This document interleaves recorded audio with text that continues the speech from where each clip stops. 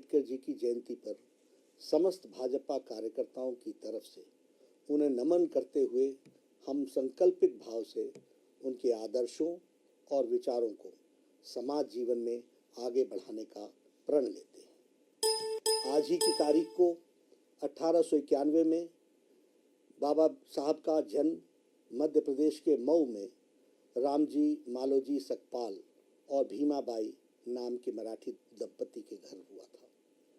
अत्यंत मेधावी छात्र रहे भीमराव अंबेडकर जी का चयन 1913 में अमेरिका की कोलंबिया यूनिवर्सिटी में पढ़ने के लिए हो गया था।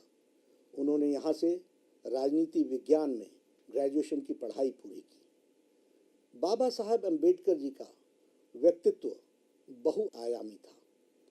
भीमराव अंबेडकर ने अपने जीवन के 65 सालों में सामाजिक, आर्थिक, राजनीतिक, शैक्षणिक, धार्मिक, ऐतिहासिक, सांस्कृतिक, संवैधानिक क्षेत्रों में उनका योगदान अविस्मरणीय है।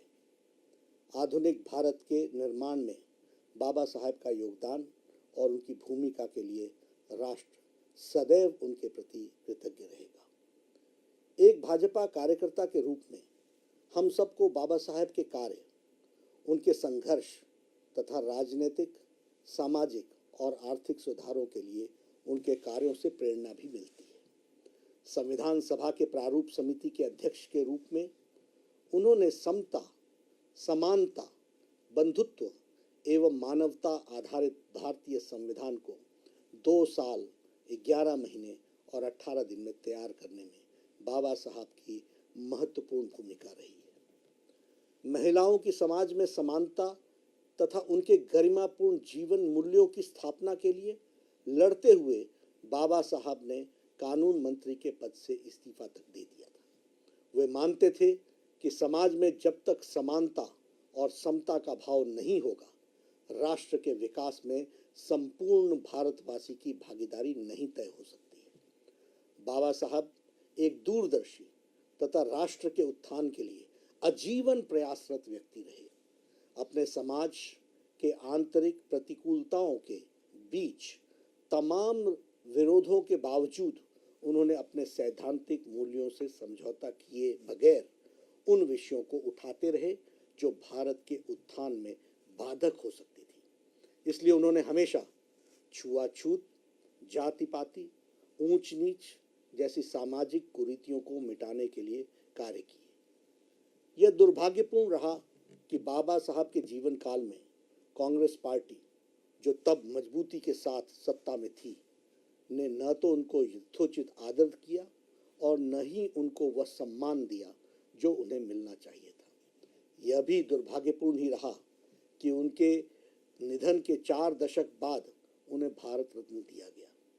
किंतु देश में राजनीति के बयार बदली और जब भाजपा के देश की जनता ने शासन का जनादेश सौंपा, तब अटल जी के दौर में भी और अब प्रधानमंत्री श्री नरेंद्र मोदी जी के दौर में बाबा साहब के संकल्पों को पूरा करने का चरणबद्ध सुनियोजित प्रयास भाजपा सरकारों द्वारा किया गया।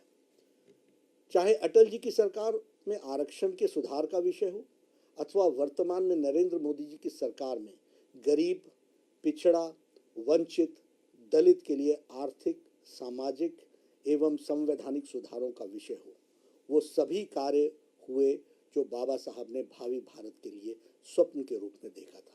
उन सब को आदरणीय प्रधानमंत्री श्री नरेंद्र मोदी जी ने पूरा किया। आज भी हमारी सरकार बाबा साहब के बताए रास्ते पर चलते हुए सर्व समाज के कल्याण की प्रतिबद्धता पूर्वक कार्य कर रही है। भारतीय जनता पार्टी की पंचनिष्ठाएं के सिद्धांतों में समता मूलक एवं शोषण मुक्त समाज की परिकल्पना है और आज जब प्रधानमंत्री श्री नरेंद्र मोदी जी के नेतृत्व में मोदी सरकार आई है तो उसने अपनी नीतियों, कार्यों और योजनाओं के माध्यम से इसके लिए कार्य किया है।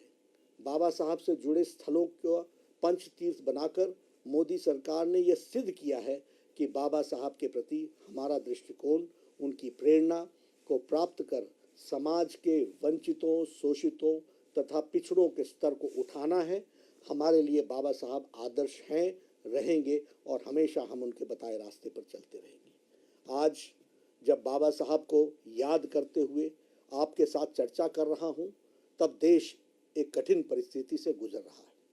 कोविड-19 की महामारी ने हमारे तमाम दैनिक जीवन के कार्यकलापों को प्रभावित किया है। ऐसे में आज जब हम बाबा साहब को याद कर रहे हैं, तो उनके जीवन के संघर्षों तथा समाज के पीड़ित, वंचित लोगों के प्रति उनकी संवेदना से हम प्रेरणा लेने की जरूरत है। आज भाजपा कार्यकर्ता का यह दायित्व है कि इस महामारी के दौर में शारीरिक दूरी की मर्यादा में रहकर समाज के उस तबके को मदद पहुंचाए जो बुनियादी सुविधाओं के अभाव में कष्ट में है। आज अगर हम सब अपने दायित्वों का निर्वहन इस परिस्थिति में पैदा हुई जरूरतों को अनुरूप करते हैं, तो यह बाबा साहब के प्रति हमारी सर्वोत्तम श्रद्धांजलि होगी। भारत रत्न बाबा साहब को नमन करते हुए मैं भाजपा के, भारतीय जनता पार्टी के लाखों कार्यकर्ताओं से यह आह्वान करता हूं कि हम उनके जीवन को अपने जीवन में आदर्श मान करके कार्य में जुटे और सदा समाज में समानता लाने के लिए और समता मूलक समाज बनाने के लिए और साथ में सबको साथ लेकर के चलने के लिए हम कटिबद्ध रहें और उसको आगे बढ़ाने की योजना में हम सब लोग लगे। यही मेरा आप सबसे निवेदन भी है, यही हम सब लोगों को आगे करना है, यही मैं कहना चाहूँगा।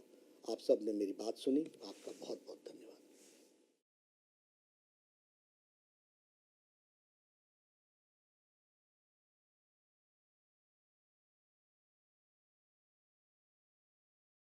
If you like this video ಬೇಗ ಲೈಕ್ ಮಾಡಿ, ಕಾಮೆಂಟ್ ಮಾಡಿ, ಶೇರ್ ಮಾಡಿ ಹಾಗೂ ಯೋಯೋ ಟಿವಿ ಕನ್ನಡವನ್ನು ಸಬ್ಸ್ಕ್ರೈಬ್ ಮಾಡಿ.